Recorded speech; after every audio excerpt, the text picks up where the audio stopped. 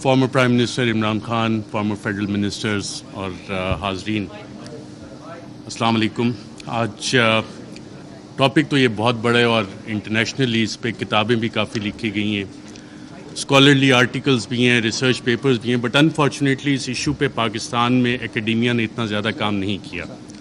اس لیے میں آج آپ کے ساتھ میڈیا نے اس کو کیسے کانسپریسی رجیم چینج کی، اس کو ڈیل کیسے کیا، میڈیا نیریٹیوز کیسے بنے، وہ تھوڑی ڈیٹیل میں جاؤں گا اور اس کا تھوڑا سا آپ کو اسپیکٹس بتاؤں گا لارجر اسٹریٹجک لیول پہ۔ لیکن میں یہ پوسٹر دیکھ رہا تھا رجیم چینج کانسپریسی، تو مجھے پتہ لگا کہ یہ بھی راشد نے یہ پینافیکس بنایا ہے، تو راشد کافی اچھے کام کرتا ہے، میں خیال پی ٹی آئی میں، تو مائی کلیپنگ فار ہم۔ اچھا، رجیم چینج پاکستان میں جب ہم دیکھتے ہیں تو اس کے دو اسپیکٹس ہیں، ایک ایکسٹرنل فیکٹرز ہوتے ہیں اور انٹرنل ہوتے ہیں۔ اگر ہم ایکسٹرنل فیکٹرز کو دیکھیں تو decision by one state to abandon bargaining with under and remove the target states leader. P T I کی حکومت میں جب ہم یہ دیکھتے ہیں تو ہم خبریں دیکھ رہے تھے، میڈیا میں آ رہی ہیں کہ جی جو بائیڈن جو ہے وہ کال نہیں کر رہا، فارن آفس کا رابطہ ہو رہا ہے، پاکستان کے foreign minister Shah Mahmood Qureshi, U S national فیصلہ وائٹ ہاؤس میں ہوا، U S N S C میں ہوا، اور اس کا ذکر اب میڈیا میں یہ سوال ابھی تک ڈیبیٹ نہیں ہوا کہ کیا اس کا فیصلہ وہاں پہ ہوا تھا نہیں ہوا تھا۔ وہ سائفر اگر پبلک ہوتا ہے تو اس میں یہ سوالات اٹھیں گے یقیناً کہ یہ فیصلہ اس لیول پہ، اسٹیٹ کے لیول پہ یو ایس اسٹیٹ نے کیا، صدر جو بائیڈن نے کیا، اور صدر جو بائیڈن جو نیو کانس تھے، the plan for the new American century, اس کا باقاعدہ طور پہ حصہ تھے، جس کے بعد ہم نے دیکھا 2001 کے بعد پوری دنیا میں ڈفرینٹ رجیم چینج آپریشنز باقاعدہ طور پہ لانچ کیے گئے، عراق اس کی ایک مثال ہے۔ انٹرنل فیکٹرز پہ جب ہم آتے ہیں، میں بڑا بریف رکھوں گا کہ میں ٹائم بتایا گیا 10 منٹ کا ہے۔ انٹرنل فیکٹرز کو جب ہم دیکھتے ہیں تو اس میں ذاتی انا کے مسئلے آ جاتے ہیں، کچھ اداروں کے مسائل آ جاتے ہیں، کچھ سیاسی مفادات آ جاتے ہیں، اور اس میں ایک سوال جب ہم انٹرنل فیکٹرز کا دیکھتے ہیں تو بڑا سوال یہ بنتا ہے کہ ملک کا کون سوچتا ہے، پاکستان کا کون سوچتا ہے؟ کیا ہم صرف انڈیویجولز کا سوچیں گے؟ کیا ہم صرف ان اداروں کا سوچیں گے کہ جی اداروں کی انا بڑی ہوگی یا انڈیویجولز کی انا بڑی ہوگی ہے؟ پاکستان کا کون سوچ رہا ہے؟ کیا وزیر اعظم عمران خان اس وقت پاکستان کا سوچ رہا تھا یا انڈیویجولز کے بینیفٹس دیکھ رہا تھا؟ اور کیا یہ جو رجیم چینج کانسپریسی ہے، اس میں جو میڈیا نیریٹیوز بنے وہ کس طرح کے بنے؟ اس میں انڈیویجولز اور انسٹیٹیوشن نے ڈومینیٹ کیا یا پاکستان کا سوال کسی نے اٹھایا؟ اس حوالے سے میڈیا نیریٹیوز اس حوالے سے سائلنٹ ہیں، اس میں آپ کو انسٹیٹیوشنل اور انڈیویجول ڈومیننس نظر آتی ہے۔ اچھا، کوورٹ ایکشن بھی اس میں باقاعدہ طور پہ پلان ہوا، میڈیا میں being fly on the wall and being an active participant, ایک ایکٹیو جرنلسٹ ہوتے ہوئے آپ کو بہت کچھ پتہ لگتا ہے کہ جی میڈیا نیریٹیو بننا کیسے۔ اکثر جو حکومتیں بیٹھی ہوتی ہیں ان کو سب سے آخر میں پتہ لگتا ہے کہ ہمارے ساتھ ہو کیا رہا ہے، میڈیا کو پہلے پتہ لگ جانا شروع ہو جاتا ہے، کیونکہ کوورٹ ایکشن میڈیا نے پبلک اوپینین شیپ کرنا ہوتا ہے، پاپولیشن کو بتانا ہوتا ہے کہ جناب یہ حکومت کے ساتھ مسائل ہیں، اور وہ کہانیاں شروع ہو جاتی ہیں، اور یہ ڈاکومنٹڈ ہے اس سارے کیس میں بھی۔ اور پھر ٹولز اس میں استعمال ہوتے ہیں، لا فیئر جس کو ہم جسٹیفائی کرنے کے لیے، لا پلس وارفیئر، لا فیئر، اور اس کے پولیٹیکل اینگلز بھی ہیں۔ اور ایک مثال تو فواد چودھری صاحب نے بھی ابھی دی کہ کس طرح ہوا۔ پھر ایک مثال جس دن آخری دن تھا اس حکومت کا، سب کچھ ہوا لیکن ہوا کچھ بھی نہیں، میسیجنگ بھی ہوئی لیکن ہوا کچھ بھی نہیں۔ کاروائی کیا ہوئی تھی اس دن؟ کچھ ہوئی، لیکن میسیج کنوے ہو گیا تھا کہ یہ کچھ ہو سکتا ہے لیکن ہوا نہیں۔ سو وہ لا فیئر باقاعدہ طور پہ اس رجیم چینج آپریشن کا ایک حصہ تھا، سوچا گیا، امپلیمنٹ کیا گیا، اور میڈیا نے اسے باقاعدہ طور پہ رپورٹ کیا، جس وجہ سے آج ہم اس کی بات کرتے ہیں، سوالات اٹھتے ہیں کہ جناب یہ والے کام کیسے ہوئے۔ صدر مملکت doctor Arif Alvi, supreme commander of the arm forces, head of the state representing unity of the republic, انہوں نے اپنے خط میں ذکر کیا ہے کہ 1951 سے شروع ہوتا ہے، لیاقت علی خان کی اسیسینیشن، ذوالفقار علی بھٹو کا بھی ذکر کرتے ہیں، پھر اس وقت پرائم منسٹر عمران خان کی حکومت کو جو نکالا گیا، smoking gun in the hand of a conspirator, کہ ایک سازشی کے ہاتھ میں دھواں دیتی ہوئی بندوق وہ ڈھونڈنی ہے، اس کے لیے کمیشن بنانا ہے۔ تو انڈیویجولز کو ہم سائڈ پہ رکھ دیتے ہیں، ہم اس میں ایک لارجر پیٹرن آئیڈینٹیفائی کرنے کی کوشش کرتے ہیں کہ پاکستان میں اگر ہم یو ایس لینس کے ذریعے دیکھیں، کیونکہ پاکستان کی فارن ریلیشنز جو ہیں ہم لوگ موسٹلی یو ایس بلاک میں رہیں، تو اس میں ہم یو ایس لینس سے اگر اس سارے مسئلے کو دیکھیں، پاکستان کی 75 سالہ تاریخ کو، کہ کب کیسے گیا، میں لارجر اس میں براڈ فریم ورک میں آپ کو بتاتا ہوں۔ 1958 martial law, 1978 martial law, 1999 martial law, یہ تمام مارشل لا جس وقت لگے اس وقت امریکہ کے اس خطے میں انٹرسٹ ہے. 1958 میں جب ایوب خان نے مارشل لا لگایا, لیاقت علی خان کی اسیسینیشن 2 ہفتے پہلے ان کے رشیا وزٹ سے ہوگی, آج تک نہیں پتہ لگا کہ پیچھے کون تھا. آپ آ جاتے ہیں جی مارشل لا, سیاٹو, سینٹو, کولڈ وار اپنے پیک پہ جا رہی تھی, امریکہ کو یہاں پہ الائز چاہیے تھے اور ہم سیاٹو سینٹو کا حصہ بنے, رشین بلاک میں, ہم سوویٹ بلاک میں نہیں گئے اور ہم وہاں پہ اس سائڈ پہ چلے گئے. اب وہ سارا پلان اس وقت سیاٹو سینٹو کولڈ وار جب اپنی پیک پہ گئی تو ایوب خان, جنرل ایوب خان, انہوں نے اپنی سروسز باقاعدہ پرووائڈ کی اور پاکستان یو ایس کیمپ میں گیا, اور اس وقت کے آپ دیکھتے بھی ہیں بڑے پیارے پیارے ویژولز ہمیں نظر آتے ہیں. 1977 جب ہم دوبارہ آتے ہیں تو اس وقت پھر امریکہ کے ریجنل انٹرسٹ یہاں پہ تھے, اور ہم دیکھتے ہیں کہ کوورٹ وار باقاعدہ طور پہ شروع ہوئی, افغانستان کی جنگ لڑی گئی, اور اس وقت پاکستان میں پھر مارشل لا آ جاتا ہے. ایک پاپولرلی الیکٹڈ ڈیموکریٹک لیڈر کو پھانسی دی جاتی ہے ایک ایسے کیس میں, غالباً سیکشن 109, فواد چودھری صاحب اگر بیٹھے ہوں تو بتائیں کہ اس میں پھانسی تو بنتی نہیں, لیکن پھانسی دے دی گئی, اور ضیاء الحق کا مارشل لا آ جاتا ہے. یو ایس انٹرسٹ دوبارہ افغانستان میں. 99 میں جب ہم آتے ہیں دوبارہ تو ایک نئی جنگ ہمیں چاہیے, اس کے لیے نیو کونس کے پلان آلریڈی بن چکے تھے, آلریڈی تھا کہ کدھر عراق میں جنگ ہونی ہے, لیبیا میں ہونی ہے, سیریا میں ہو رہی ہے, ایران, پاکستان بھی اس کا حصہ تھا, لیکن پاکستان جیسے بلڈ بارڈرز کا ڈاکٹر شیری مظاہر نے بتایا, Pakistan for various reasons and one of the main factors being a nuclear power تھوڑا سا بچ گئے. جو وار اگینسٹ ٹیرر ہماری شروع ہوئی, دہشت گردی کے خلاف جنگ, جو ٹی ٹی پی کا سارا انفیوز کیا گیا, وہ سارا اسی کا ایک حصہ تھا کہ یہاں پہ یہ ساری کارروائیاں پاکستان میں ہونی ہیں, اور ہم اس ٹریپ میں باقاعدہ طور پہ واک ان کیے. یہ والے ہم 3 فیزز جب نکالتے ہیں, اچھا ان میں ٹرانزیشن کیسے ہوتی ہے؟ ٹرانزیشن پاپولرلی ہوتی ہے. جتنے بھی یہ لوگ گئے, جب ہم دیکھتے ہیں کہ جناب ٹرانزیشن 1969-70 میں جو ٹرانزیشن آئی وہ پاپولر اپرائزنگ ہوئی, پاپولر لیڈرز آپ کے کھڑے ہوئے, پاکستان پیپلز پارٹی کا قیام آیا, انہوں نے کہا کہ جی ناؤ ڈیڈی از نو مور ایکسیپٹیبل, میں بڑا ہو گیا ہوں, میں اپنی الگ پارٹی بناؤں گا, پاکستان پیپلز پارٹی. عوامی لیگ الگ بنی شیخ مجیب کی, اور پھر اس کے بعد کی جو الیکشن مینیپولیشن کی داستان ہے اس کے ریزلٹس ہمارے سامنے. 1988 محترمہ بے نظیر بھٹو آتی ہیں واپس, ایک پاپولر اپرائزنگ ہے. لاہور کے جو جلسے ہیں جن کی مثال دی جاتی تھی, جو کہ اب پاکستان تحریک انصاف نے جتنے بڑے بڑے جلسے کیے ہیں اسے اوور ویلم کر لیا, لیکن وہ مثال دی جاتی تھی کہ پاپولر اپرائزنگ ہوئی, اور پھر وہاں پہ جو بھی جو طیارہ جب پھٹا تھا جنرل ضیاء الحق کا, تو آپ کی ایک ڈیموکریٹک ٹرانزیشن آئی. اور یہ وہ فیز ہے جب آپ دوبارہ دیکھتے ہیں کہ ایک ٹرانزیشن ہو رہی ہے, دوبارہ آپ جنگ سے نکل رہے ہیں, حالات سٹیبل ہو رہے ہیں, افغانستان آپ نے فتح کر لیا ہے, سوویٹس کو وہاں سے بھگا دیا ہے, سو جنرل ضیاء کا کام ختم ہو گیا, سو پاکستان میں آپ ٹرانزیشن تھوڑے عرصے کے لیے چلو جی جمہوریت انہیں کھیلنے دیتے ہیں. پھر آ جاتا ہے 1999 اور 2007-8 general Musharraf, war against terror, اور اس کے بعد جب ان کی یوٹیلیٹی ختم ہوتی ہے, ہم نے دیکھا ایک پاپولر اپرائزنگ ہوتی ہے اور انہیں جانا پڑتا ہے, ہم لائرز موومنٹ بھی دیکھتے ہیں, ساری چیزیں.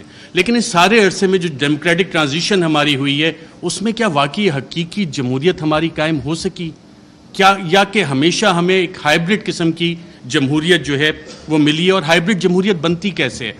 ہمیشہ ایک کنگز پارٹی ہوتی ہے.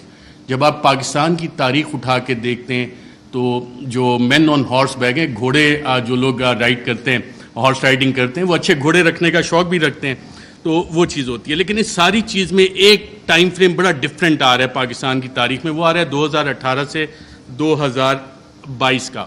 اس دوران میں اتھارٹیرین کنسالیڈیشن بھی ہوتی رہی. اتھارٹیرین کنسالیڈیشن اس طرح کے جو پرانے ایسٹس تھے جن پہ کرپشن کے مقدمات تھے ان کو بھی بچایا جا رہا تھا.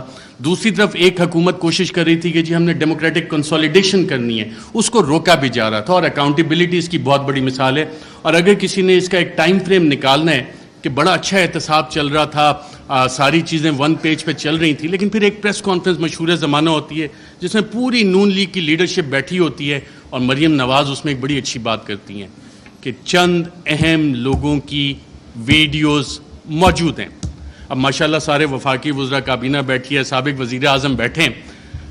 اس کے بعد احتساب کے مقدموں کا کیا ہونا شروع ہوا, اس کے بعد کیا ڈیلیں ہونا شروع ہو گئیں, اس کے بعد نواز شریف بھی باہر گئے, اس کے بعد کیسز بھی سلو ہونا شروع ہو گئے, کیا کچھ نہیں ہوا. یہ والی ساری چیزیں تھیں. میں میسیج آ گیا کہ جی تھوڑا کم کریں. ریجیم چینج جب ہوئی تو میڈیا کی اسٹریٹجی اس میں کیا تھی؟ میڈیا کے 3 ڈیز اس میں باقاعدہ طور پہ استعمال کیے گئے تحریک انصاف کے خلاف. 3 ڈی تھے: ڈسٹرب, ڈسکریڈٹ, ڈینائی. ڈسٹرب کیسے کرنا ہے؟ جتنے بھی پاکستان تحریک انصاف کے پلانز بنے تھے اسے لا فیئر کے ذریعے ایڈمنسٹریٹولی اور انفارمیشن آپریشنز کے ذریعے سیبوٹاج کرنے کا باقاعدہ طور پہ پلان بنا اور اس کی ہم نے مختلف قسم کی امپلیمنٹیشنز دیکھیں. اگر آپ نے ایڈمنسٹریٹو اس کی دیکھنی ہے تو وہ وزیر اعظم تو عمران خان تھا, پولیس وین وہاں پہ کس کے آرڈر سے گئی؟ شیخ رشید صاحب انٹیریئر منسٹر تھے, ان سے ہم پوچھتے رہے کہ جناب یہ آپ نے بھیجی؟ وہ کہتے ہیں یار مجھے تو نہیں پتا. وزیر اعظم عمران خان کال دے رہا ہے, پورا ریڈ زون جو ہے بیریکیڈ ہو جاتا ہے, کون حکومت چلا رہا تھا, کیسے؟ تو یہ وہ ایڈمنسٹریٹو سٹیپس ہیں, ہر ایک کی ڈیٹیل میں جائیں گے تو کافی لمبا ہو جائے گا. پھر ایک پلان بنا کہ جی 3 Ds کا ایک حصہ تھا ڈسکریڈٹ کرنا ہے, عمران خان کو ڈسکریڈٹ کرنا ہے, پاکستان تحریک انصاف کو ڈسکریڈٹ کرنا ہے, اور فریم ورک فار اس میں جو نیوز میکنگ تھی, اگر آپ ریڈ زون فائلز اٹھا کے دیکھیں تو اس میں باقاعدہ طور پہ میڈیا والوں کو یہ بتایا جا رہا تھا, یہ چیزیں میڈیا میں آ رہی تھیں کہ جناب دیکھیں یہ اکتوبر میں ایک جو سلسلہ شروع ہوا ہے نا, یہ بڑی زیادتی کی بات ہے. اس میں چند انڈیویجولز جو ہیں ان کو تو یہ حق نہیں دیا جاتا کہ جی پنجاب پولیس کے پیٹرن پہ چیزوں کو لے کے چلیں, ایسے تو نہیں اجازت دی جا سکتی. لیکن سوال آتا ہے کہ کیا ہمیں اس ملک میں آئین کی حکمرانی چاہیے یا اشخاص کی حکمرانی چاہیے؟ ہمیں قانون کی حکمرانی چاہیے یا چند اشخاص کی حکمرانی چاہیے؟ میڈیا فریم ورک جب آپ اس میں سارا اینالائز کرتے ہیں, جتنے آپ کرنٹ افیئرس کے پروگرامز اٹھا لیں, نیوز آرٹیکلز اٹھا لیں, کالمز, ایڈیٹوریلز, اس میں کانسٹیٹیوشنل فریم ورک وہاں پہ ڈیبیٹ فریم نہیں ہوئی, وہاں پہ رولز آف بزنس کی ڈیبیٹ فریم نہیں ہوئی, وہاں پہ ڈیبیٹ فریم ہوئی اداروں کے حساب سے, وہاں پہ ڈیبیٹ فریم ہوئی انڈیویجولز کے حساب سے. اور پھر اپریل میں 9-10 اپریل, اس سے پہلے یہ پلان آ گئے تھے کہ جناب میڈیا سپیس بھی ڈینائی کرنی ہے, بلیک آؤٹ بھی کرنا ہے, جو چند صحافی کوشش کریں کہ آواز اٹھانی ہے ان کو آپ چینل سے نکال دیں. عمران ریاض میرا خیال ابھی بھی بیٹھے ہیں, مجھے اطلاع ملی تھی کہ انہوں نے ایکسپریس جوائن کرنا ہے, لیکن ایکسپریس پہ بھی ابھی تک آن ایئر نہیں ہو سک رہے, حالانکہ سلطان لکھانی صاحب فریڈم آف پریس میڈیا اس پہ بلیو بھی کرتے ہیں, کافی اچھے ایڈیٹوریل آرٹیکلز اور چینل بھی چل رہا ہے, but he is not on air. FIRs چلیں, اب صحافیوں کو چھوڑیں, اب تو پوری وفاقی کابینہ جو ہے سابق, اس پہ بھی FIRs ہوئی ہیں, اور ملٹیپل FIRs دہشت گردی کی بھی ہوئی ہیں. اور جن لوگوں نے یہ FIRs کی انہوں نے یہ نہیں سوچا کہ کر کس پہ رہے, کیونکہ پلے بک وہی والی پرانی تھی. مسئلہ یہاں پہ یہ تھا کہ کرپشن کے کیسز نہیں مل رہے. بڑی کوشش کیجیے عمران خان کے خلاف کرپشن کے کیسز نکالے جائیں. میری بھی 1-2 ملاقاتیں ہوئی کہ جناب آپ تو بڑی سٹوریز کرتے ہیں. میں نے کہا یار ایک شخص, اور یہ عمران خان صاحب بیٹھے ہیں, شاید آپ میں سے بہت سے لوگوں کو نہ پتا ہو, PM آفس میں ہمارے بھی ذرائع ہوتے ہیں, اکثر پوری کابینہ پریشان ہوتی تھی کہ جناب بات ہم نے کی ہے, کہاں سے پتہ لگ گئی. وہ شخص جو پانی کی آدھی بوتل بھی ضائع نہیں ہونے دیتا بطور وزیر اعظم کے, یار یہ آدھی پانی کی بوتل میں نے ابھی رکھی, کیوں اٹھا کے لے گئے, وہ کرپشن کرے گا. میں نے سمجھائی لوگوں کو یہ بات, لیکن پلے بک کیونکہ وہی پرانی تھی, کیا کرپشن کے کیسز نکالو, ڈسکریڈٹ کرنا ہے, کرپشن تھوپنی ہے. مسٹر ABC کا فلانا دوست ہے, اس سے نکال کے لاؤ, کچھ نہیں. آج 2-2.25 مہینے ہو گئے, کوئی کرپشن نہ نکلے گا. عمران خان کا کرپشن کا کیس نہیں نکل سکتا, نہ نکلے گا. میں نے بتائی کہ نہیں آپ کچھ کوشش, میں کہا میں یہ کوشش نہیں کر سکتا کیونکہ مجھے یہ پتا ہے کہ عمران خان کی کرپشن نہیں نکلنی. اچھا, media narratives against PTI. French revolution جب آیا تھا تو اس وقت ایک تھاٹ تھا کنگ لوئی کا, میں ریاست ہوں, میں بادشاہ ہوں, میں قانون ہوں.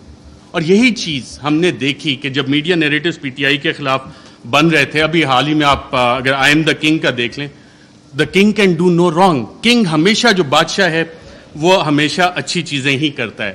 فیٹو پہ پوری حکومت نے کام کیا, حماد اظہر بھی ادھر ہیں, لیکن PTI نے کام نہیں کیا, بادشاہ نے سب سے اچھا کام کیا. آئی ایم دا لا, قانون میں ہی ہوں. پولیٹیکلی آئسولیٹ کرو PTI کو. آج PTI واقعی پولیٹیکلی آئسولیٹڈ ہے. کون سی سیاسی جماعت ہے جو PTI کے ساتھ اتحاد میں کھڑی ہے؟ سب ایک طرف ہو گئے, لیکن ایک اسٹرینتھ گین ہوئی اس میں. پاکستان کی عوام بغیر کسی کال کے نکل آئے, اور شاید جو وزیر اعظم عمران خان کا آخری دن تھا وزیر اعظم ہاؤس میں, اس وقت جو لوگ نکلے اور جنہوں نے رپورٹ کیا, آئی تھنک عمران ریاض تھے, باقی ہم لوگ بھی تھے, ان سب نے ایک بات نوٹ کی. آپ نے خود بھی اپنا دفتر چھوڑنا ہونا, کافی ٹائم لگتا ہے, کہ ایک شخص فوراً اٹھ کے چلا گیا اور کہا, جب سوال جواب ہوئے, کوئی رہ تو نہیں گیا, اکیلا کر دیا ہے, اب اس کے ساتھ کس نے کھڑا ہونا ہے؟ پاکستان کی عوام کھڑی. یہ وہ ڈفرینٹ فیکٹر تھا, چینج تھی, جس کو کسی سازشی نے کسی بھی سازشی نے کیٹر نہیں کیا ہوا تھا. یہ وہ ویریبل تھا, عوام کا ویریبل تھا, جس کی وجہ سے یہ چیزیں. میں کوئکلی تھوڑا سا 2 منٹ اگر آپ کی اجازت ہو تو سائفر کے اوپر بھی بات کرنا چاہوں گا. سائفر پہ بھی میڈیا نیریٹیوز بڑے بڑے مزے کے بنے, اس پہ اور ڈیبیٹ بھی ہو سکتی تھی, کافی مزے کی چیزیں تھیں. پہلا کیا بنا جی, پہلی میڈیا نے رپورٹ کرنا شروع کیا اور باقاعدہ یہ بتایا گیا کہ جی سائفر تو ایگزسٹ ہی نہیں کرتا, سائفر نام کی تو کوئی بلا ہی نہیں ہے. پھر دوسری چیز ہے, میڈیا کی یہ سٹوریز آئیں اور ریکارڈ کے اوپر موجود ہیں, پرنٹ کیے ہیں, ٹی وی پروگرامز ہیں, کہ سائفر تو یہ ایزمپشنز پہ بیسڈ ہے. وہ ایزمپشنز ہیں ہمارے ایمبیسیڈر کی یا کس کی. پھر یہ بھی کہانیاں میڈیا میں آئیں کہ جی یہ تو فارن آفس میں خود ہی پی ٹی آئی والوں نے بیٹھ کے بنا لیا ہے, یہ تو شاہ محمود قریشی نے خود ہی بیٹھ کے بنا لیا ہے. پھر جب وہ بھی ساری چیزیں, کیونکہ سائفر ایگزسٹ کرتا تھا, سائفر موجود تھا, پھر کہا گیا جی کانسپریسی کا ایویڈنس کوئی نہیں ہے. اچھا, پھر عمران خان بطور وزیر اعظم بھی میرا خیال وہ کرکٹ کھیل رہے تھے, اور جب انہوں نے کہا تھا کہ مینٹلی میں اسٹرانگ ہوں, تو بہت سے لوگوں نے انڈر ایسٹیمیٹ کیا. انہوں نے کابینہ کی بھی کمیٹی بلائی, کابینہ کی اسپیشل کمیٹی غالباً 30 مارچ کو ہوئی. 30 مارچ کو میں نے سابق وفاقی وزراء سے پوچھا, وہاں کانسپریسی کی بات بھی ہوئی, کانسپریسی کا ذکر بھی اس میں ہوا, اور پھر 31 کو نیشنل سیکیورٹی کمیٹی بھی انہوں نے بلا لی, اور اس کا بھی مور اس پہ لگ گئی کہ بلیٹنٹ انٹرفیرنس. اور اس کے آخری پیراگراف میں ایک لفظ لکھا ہوا ہے کہ جو 31 کو نیشنل سیکیورٹی کمیٹی کی میٹنگ ہوئی, اس نے 30 مارچ کے جو منٹس اسپیشل کیبنٹ کے ہیں ان کو ریٹیفائی کیا. اب 30 مارچ کو آپ سب وفاقی وزراء جو اس میں بیٹھے تھے, اس وقت کے وزیر اعظم اس میں بیٹھے تھے, ان سب نے کانسپریسی اور سازش کا لفظ اس میٹنگ میں ذکر کیا. یہ میرے ذرائع نے مجھے بتایا ہے, آپ سبھی یہاں پہ بیٹھے ہیں, اگر کسی نے کانٹراڈکٹ کرنا ہے تو سابق وزیر اعظم خود بیٹھے ہیں, وہ کر سکتے ہیں کہ 30 مارچ کو جو اسپیشل کیبنٹ میٹنگ تھی اس میں سازش کا ذکر ہے. بالکل سازش کا میں ایز اے جرنلسٹ کلیم کر رہا ہوں. پھر یہ کہا گیا کہ جی وہ انٹیلیجنس ہم نے خود ہی کر لی, اور انٹیلیجنس کی بیسس پہ آبویسلی اس پہ سوال اٹھے کہ انٹیلیجنس, ہمارے انٹیلیجنس کے ادارے بہت اچھا کام کرتے ہیں, دہشت گردی کے خلاف بہت اچھا کرتے ہیں, پاکستان کی سیکیورٹی کے لیے بہت اچھا کام کرتے ہیں. لیکن مسئلہ یہاں پہ آتا ہے کہ جب انہیں ڈریگ کیا جائے سیاسی معاملات میں, اور یہ کہا جائے کہ جی انویسٹیگیشنز ہوئیں, کون سی انویسٹیگیشنز, یہ سوال ہوا ہے. اب رجیم چینج میں انٹیلیجنس کا ایک بنیادی کردار ہوتا ہے, انٹیلیجنس انفارمیشن کا بنیادی کردار ہوتا ہے. اگر آپ اگلی سلائڈ کریں ذرا. Colin Powell, U S secretary of state, U N security council میں انٹیلیجنس انفارمیشن کی بیس پہ انہوں نے کہا جی یہاں پہ یہ والے ویپنز عراق میں موجود ہیں, یہ کیمیکل ویپنز ہیں, یہ نیوکلیئر ویپنز وہاں پہ وہ بنا رہے ہیں. عراق وار ختم ہو گئی, عراق تباہ ہو گیا. یہ اس انٹیلیجنس انفارمیشن کی اوقات تھی, ویلیو تھی, جو آج تک نہیں ملی. میں ایک اور آپ کو افغانستان سے ریلیٹڈ انٹیلیجنس انفارمیشن دیتا ہوں. انٹیلیجنس ڈس انفارمیشن کہ اسامہ بن لادن کے پاس نیوکلیئر ویپنز ہیں, اور اسامہ بن لادن کے پاس نیوکلیئر ویپنز, اگر آپ یہ سٹوری دیکھیں تو یہ جسٹیفائی کرنے کے لیے تھی کہ جی افغانستان میں امریکہ نے حملہ کرنا ہے. اور اس وقت آپ تمام امریکی اخبارات اٹھا لیں, ورلڈ ایکسکلوسیو ڈان نے بھی فرنٹ پیج پہ چھاپا کہ جی ایک ایکسکلوسیو انٹرویو ہوا ہے, اسامہ بن لادن کے پاس نیوکلیئر ویپنز ہیں. وہ نیوکلیئر ویپنز آج تک نہیں نکلے. تو یہ ہوتی ہے انٹیلیجنس انفارمیشن. جب تک آپ تحقیقات نہیں کرتے, اسے ویریفائی نہیں کرتے, بہت سی جے آئی ٹیز میں انٹیلیجنس انفارمیشن آتی ہے, بہت اچھا کام ہوتا ہے, لیکن اس کی ویریفیکیشن چاہیے ہوتی ہے. انٹیلیجنس اور انٹیلیجنٹ انفارمیشن میں فرق ہوتا ہے.